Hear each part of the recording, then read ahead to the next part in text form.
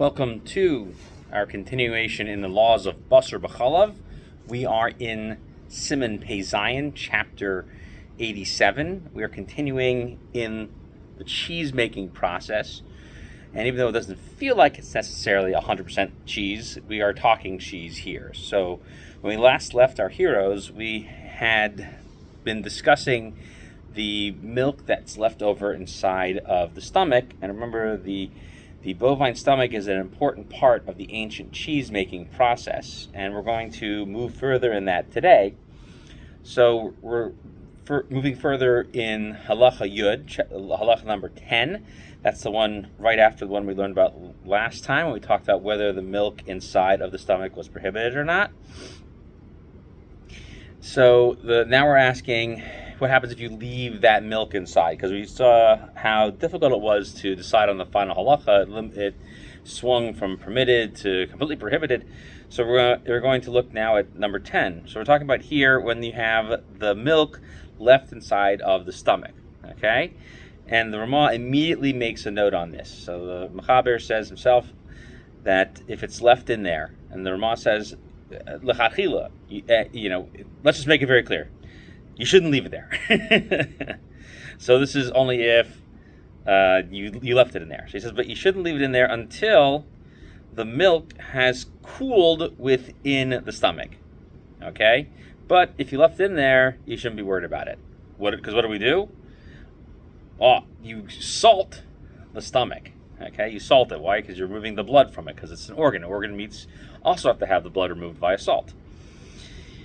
Or you left the milk in there, okay, and it stays there for a whole day.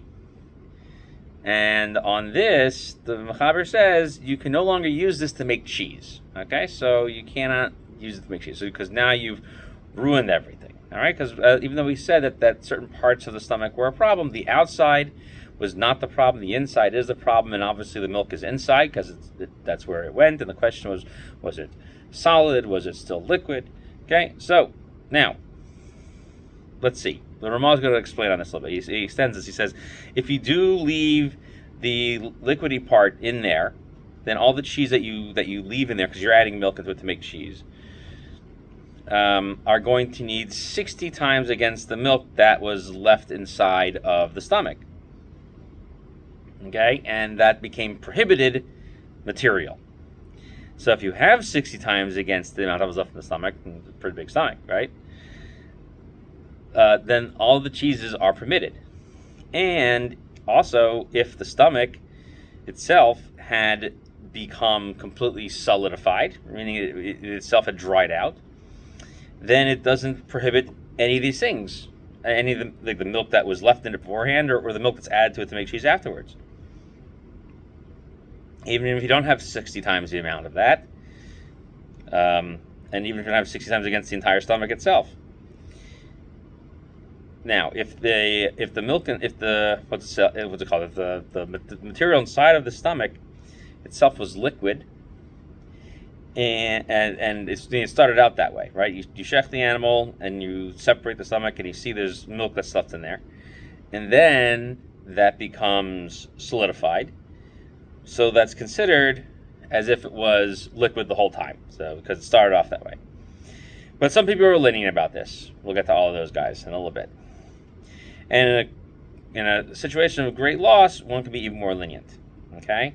And then the Rema finishes off by saying that the skin on the outside of the stomach, so sometimes you can salt that and you dry that out, and then it's hard like a stick, like a piece of wood. And we fill that with milk, and that we can make cheese out of that, because since it's completely dried out, it's a stick. It's not different than a stick piece of wood, and has no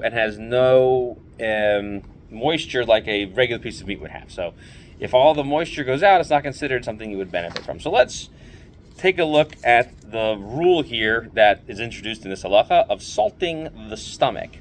Okay, and then you leave the milk to sit in there. So that's what we're going to talk about. So the source of this halacha comes from the Gemara in Chulin. It's on page 113a, and we quote Shmuel, who says that salting something is like making it roasted. Mliach harehu kioseach.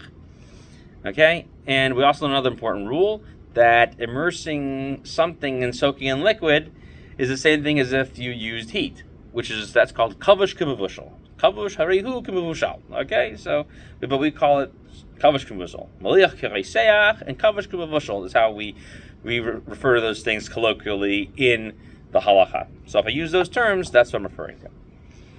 So where else is this discussed? Well, this is also discussed in the Gemara in Pesachim, another place. I was talking about the Karban Pesach. Okay, and it's brought up down over there. It's on page 44 in Gemara in Pesachim. Okay, so where we learn this from? So Gemara over there says this is not learned from Basar B'chalav because it's a unique law. Okay, so what's the unique law? Is that everything itself is permitted by itself, and when we slap them together, that's when they become prohibited.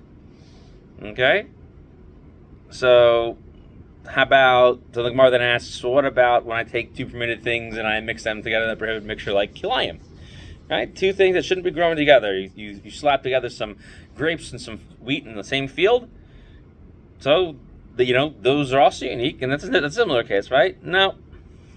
So the difference is that by kavush, when you soak something, it's going to be, if you soak it all day in milk, by Torah law it's permitted. But if you cook it, it's asur.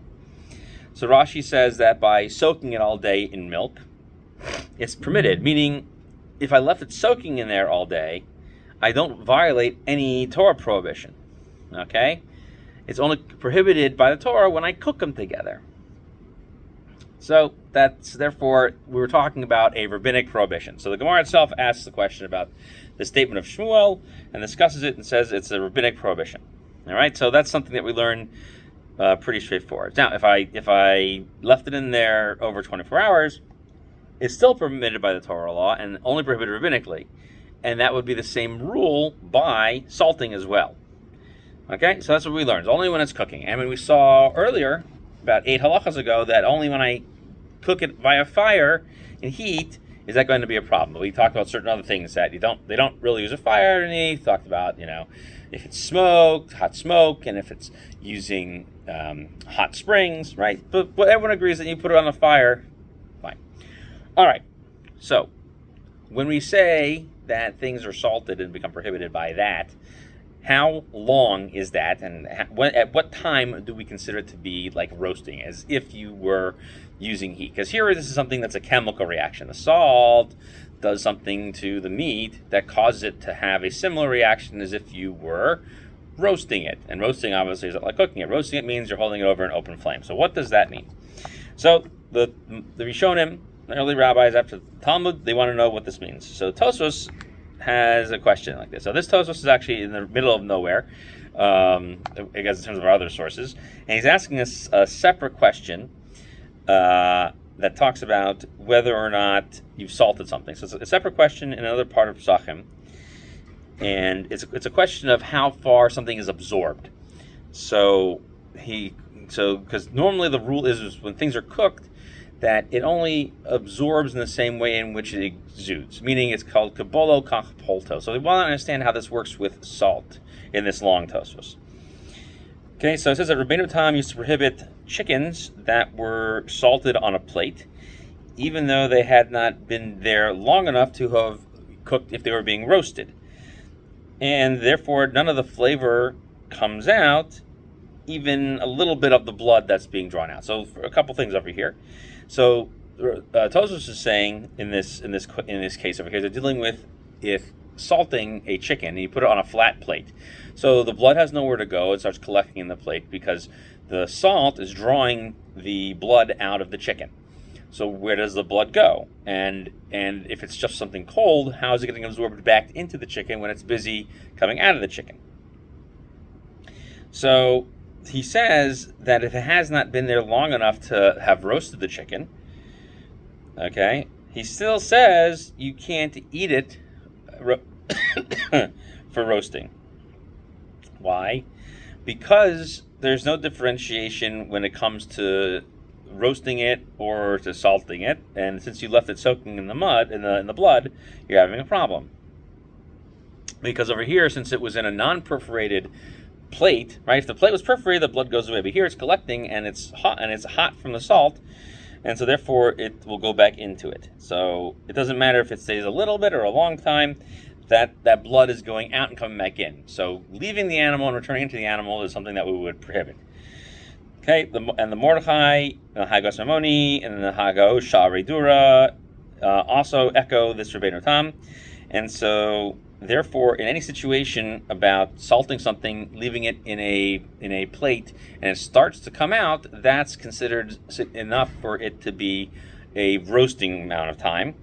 So as soon as you start to see something come out, that's prohibited. So that's how that Tosfos answers without us spending a whole time going into the whole Tosfos.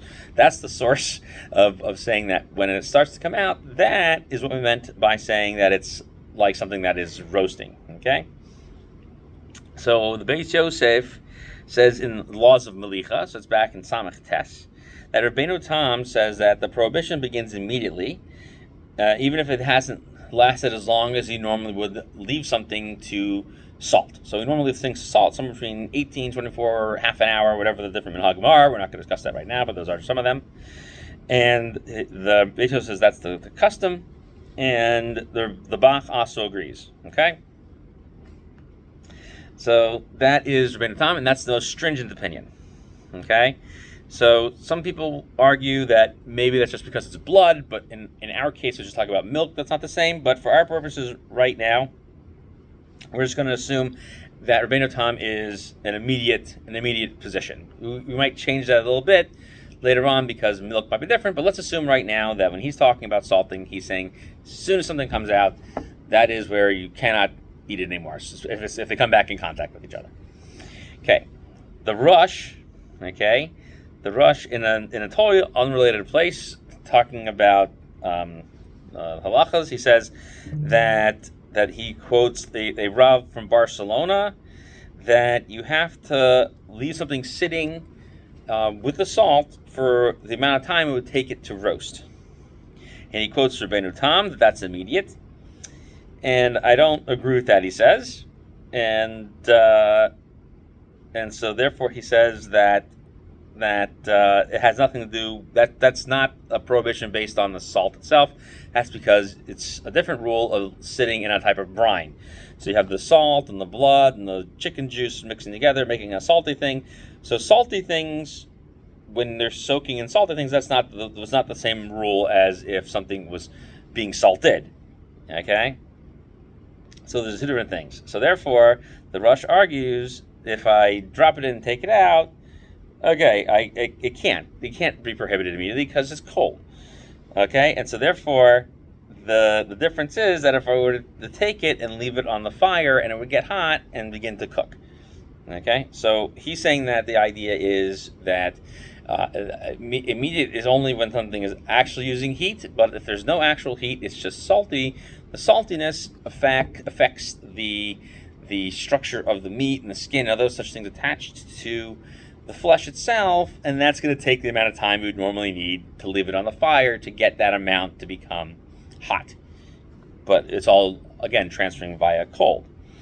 Okay? So if you don't have that time, then you just simply wash it off. Now, what does the Rav Barceloni hold that he mentions? Okay? So other people quote the Rav Barceloni, and so this Barcelona, the Rav Barceloni, meaning this Rav from Barcelona, it has to be the amount of time when you would leave it sitting in the salt, like the case of the chicken for Rabbeinu Tam, and it sits and gathers in a utensil, and it has to sit there long enough to actually take up the flavor. If it doesn't do that, then it wouldn't be prohibited. So that's what he seems to hold, and the Rush seems to hold that as well. Okay, so that's the second. Those are the three opinions. Okay, so the Tur delineates all of them. So here are the three opinions. So we have the Rabbeinu Tam, who says it's prohibited immediately. Okay, as soon as you see the brine collecting, you see the juices collecting in the plate or in whatever it's sitting in with no holes in it, no good. Now, the Rav Barceloni, whose first name is actually Yehuda, Rav Yehuda Barceloni, he says that it has to be long enough to sit there so that the juices can collect, but so that you've actually been able to salt it. And then the Rosh holds that you have to take this material that collects in there, and then that would you have to measure how long that would take to come to a boil on a fire, and that's considered having been soaked in it. Okay? And so anything that's inside of the brine at that point, it is prohibited. Everything above it is not. Okay? So that's what we see over here, is that some people conflate the collection of brine with the soaking rule, and some people differentiate between brine, salty brine, and the actual rule of soaking. So the Mechaber that we saw here says that the halacha is like the Rosh, and he also brings that in the laws of Melicha. That's in Samech Tes Yud Ches. That's in chapter 69, halacha 18. And the Rema over there says no, that we should be strict like Rabbeinu Tam. Okay, so we're gonna see now how this plays out. Let's go over here now in our halacha and see how this plays out. So here, the Rosh says the Tur says the following. He says that if you salt the stomach and the milk is still inside of it, it becomes prohibited because of a rule where maliach kiruseach, right? We established already, and so therefore leaving the milk inside of the stomach creates this problem. And if you also leave the milk sitting in there for a day, okay, that also prohibits it because of this rule of soaking it is like cooking it. And if you put cheeses into those prohibited things, it's a problem. Okay, if they can send flavor, it's prohibited. Okay, now from what we learn from halacha tes, the Torah points out that according to Rashi, even when the milk is already solidified, it's become kind of crusty stuff, and according to Rabbeinu Tam, it's only when it's liquid. Okay, and the Rosh comes out to that same conclusion. So the Beis Yosef, meaning the Mechaber himself, makes the following observation. So according to the Rif and the Rambam, who held that this was the most lenient of all, so even when you salt it with the milk inside of it, okay, that would be permitted because obviously the stuff that's in it is considered not food. Okay, and so that's how he postulates himself in Tes. The Rabbeinu Tam would be so this amount that's collected in it is only considered the yucky part. Okay, and so if you mix it together with what's soaking in there, then it's going to collect the flavors from the inside of the stomach if you let it sit in there for a day, and that's why you have the Basar B'challah problem, the rabbinic Basar B'challah problem. Now the Beis Yosef points out that the Rabbeinu Yerucham writes the following: if you were to salt the stomach while it's still attached to the outside, so if you didn't separate them, you leave the outside skin of the stomach, which is not really something you could eat, and then they have the inside, and they're still connected to each other. And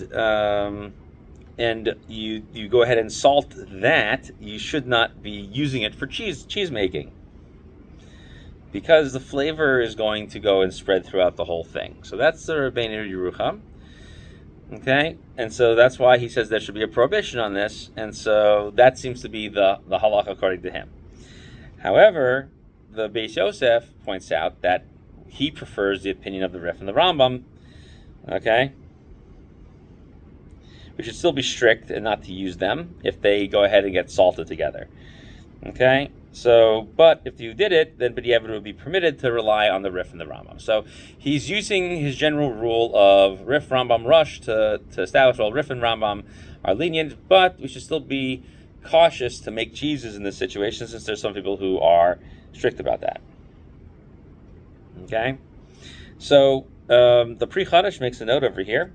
He says that even though you need lots of time in order to cause something to become hot when you're using salt, okay, so it has to be long enough whereby it could do that. So he points out the prohibition over here is not to prohibit the whole thing. It's only to prohibit a small fraction called a klipa, only the outer surface. So klipa is what, if you were to shave the surface enough where you could peel it off in one shot, that's as far as it's actually going to go. So if you don't have 60 times to use it, you shouldn't be making cheese in there. Okay? And a number of people agree with him, like the Yad Ephraim, the Mechaber, they all echo this statement.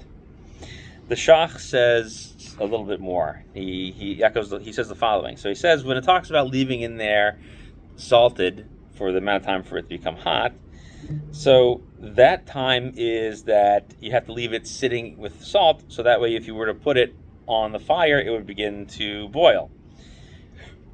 And so if that's the case, it has to be significantly salted. It has to be salted so much that you couldn't eat the food because of the salt. And he says that's the opinion of the Beis Yosef, the Mechaber, both in Samech Tes, and we'll see later on also in Sadi Aleph, talking about things prohibited by salt. So then the Shach says, now we, meaning in the way that they follow the opinion of the Rema, they take the strict opinion of Rabbeinu Tam. So if it's not that salty, but just a little bit of salt, so here in this case it could be lenient because it's a chumrah on a chumrah, because the cheeses is just being strict about that. You shouldn't do it, but so many people, and including the Mechaber himself, take this to not be such a big deal because of the fact that the Rif and the Ram of the Iker. So therefore we could be even more lenient because the whole issue over here is only a rabbinic issue. Okay? And so but the one thing is that the Shach does agree also that it should be a Kedei Klipa should still be prohibited when you left it in there. Okay? So that is something else to think about. Let's see. So Mechaber says that, so coming back to our halacha, so he said that we say that the halacha is that you should not be salting it or leaving it sitting there for a day, and the Rema essentially agrees with that, but that b'diavad you could be lenient. Okay, so that's what we said. So what does that leave us with? So we're going to have a lot of different rules to consider over here, which we'll talk about in a second. So the Shach says further over here that when the Rema says that you should not be discriminating between when it becomes solid versus when it becomes liquid, he was saying that only in his lechatchila aspect of his statement. So even though technically we had just learned that cooking the stomach cooking with the solidified part was also only a strict ruling. So that's different because that's arguing between whether or not it's something prohibited or not. Okay, is it milk or is it not milk? Okay, and so since some people say that it's not milk, so then we're going to say that that's not prohibited. But here, it's not a question of whether or not it's not milk at all, because right now it's still edible, and we're talking about a question of being salted or left to sit for 24 hours. And so the question is whether or not it's transferring flavor from the skin of the stomach or the stomach itself. And so that's why we have a little bit more strictness in our case. And that is why we would say that we're going to permit it, but only as a last result. Okay? So, but however, the Shach points out that if it's not fully crusted, he would be more lenient than what the Rema would be lenient as. Okay? And so the question is how crusty does it have to be? So the Pri Megadim makes a note over here that you have to be able to touch it so that it makes you wet, or if it just feels damp. So he's not sure about that. But if it's completely dried, or if it's something that's still oily, then that would still have that would still apply the rules of kavisha of letting it sit there, and could be a problem. Okay, so the Shach is also a little bit more lenient over here.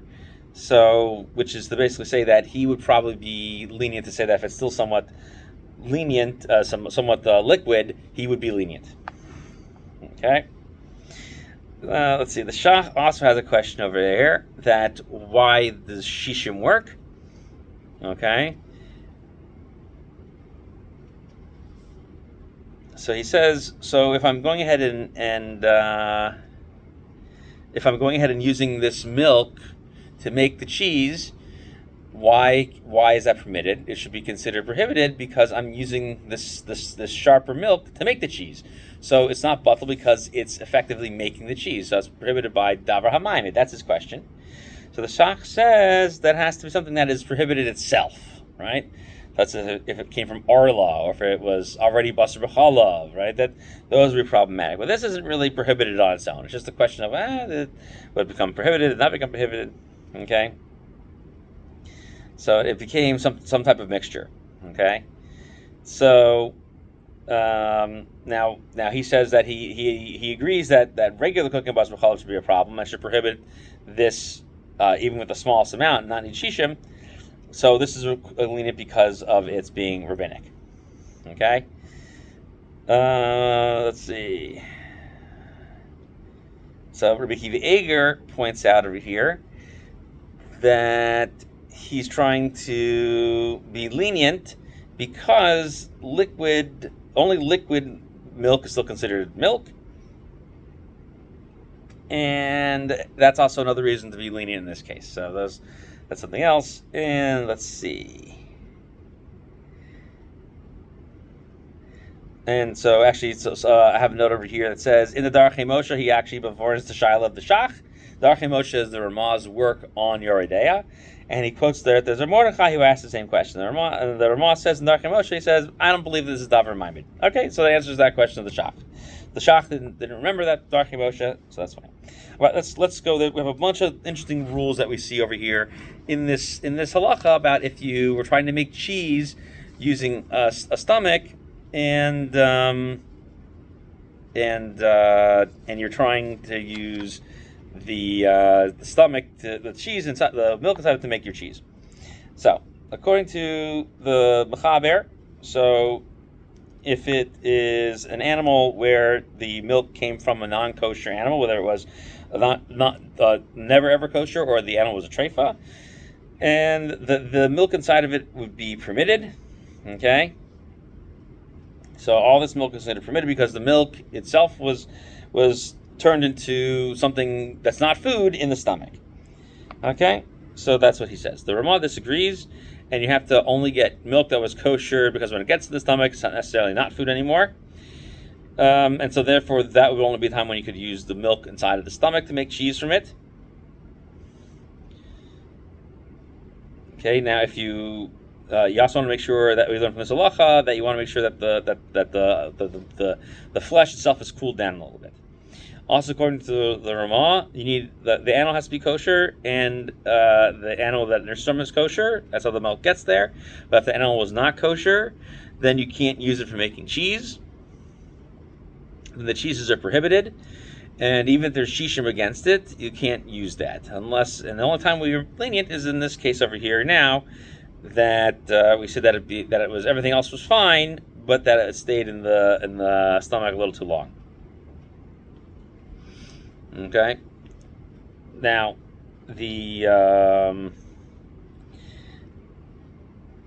so the Darchei Tshuva quotes the Ravaz as saying that the minhag among Sephardim is that you can use this for cheese making, but according to the Ramah, that is only if the stomach has completely dried out, and then even then it's only b'diavad.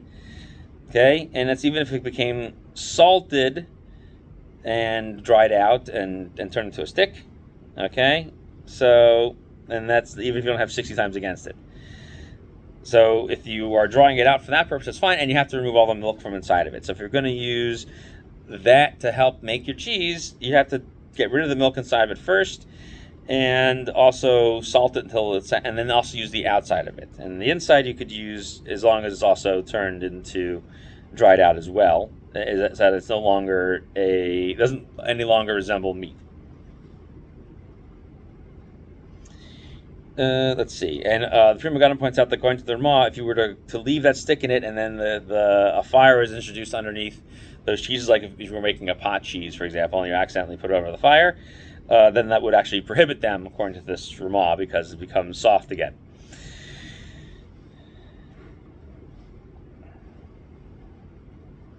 And the Mechaber and Rema agree that if you left the milk that was sitting in the stomach overnight, you shouldn't use it.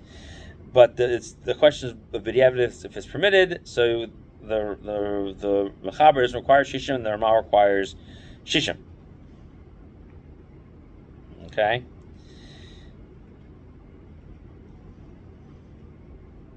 Okay, and so therefore, everyone agrees. So here's what the final halacha. So everyone agrees that you can't make cheese in the stomach that was left with the milk inside of it. Okay, so you're going to use the stomach to make cheeses in it.